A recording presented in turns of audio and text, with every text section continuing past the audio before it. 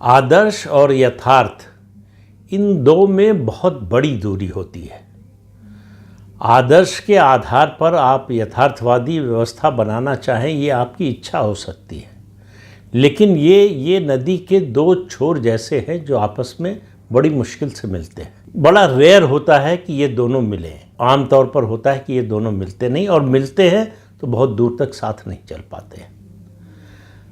Bharatiya Janata party के तमिलनाडु के पूर्व अध्यक्ष के अन्नामलाई इसी रास्ते पर चलने की कोशिश कर रहे हैं। कम से कम जो बात कह रहे हैं वो उससे यही निकलता है।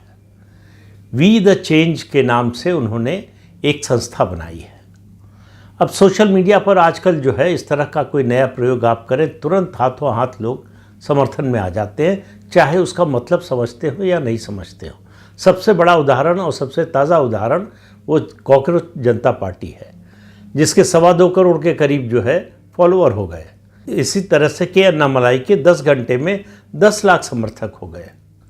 इनका कोई मतलब ज़मीन पर नहीं होता है। अगर अन्नामलाई इसे समर्थन समझ रहे हैं, अपनी विचारधारा के लिए एंडोर्समेंट समझ रहे हैं, तो वो औंधे मुंह गिरने वाले हैं। लेकिन वो जो बात लेकर चल रहे हैं, मैं उसकी बात कर रहा हूँ, क्या भविष्य में होगा, वो सफल होंगे नहीं होंगे, वो सब बात की बात है। उन्होंने कहा कि वो एपीजे अब्दुल कलाम के रास्ते पर चलेंगे और तमिल गौरव और राष्ट्रवाद की विचारधारा को लेकर चलेंगे। उनकी शिकायत है कि राष्ट्रीय पार्टियां कभी उस भाषा, यानी यहाँ उनका मतलब तमिल भाषा से, उस भावना को नहीं समझ पाती हैं। वो ऐसी भाषा और ऐसी बात नहीं बोल पाती हैं जिसे तमिल लोग अपनी आत्मा समझ सकें। अब पहले तो मुझे लगता है कि उनकी शुरुआत ही गलत है।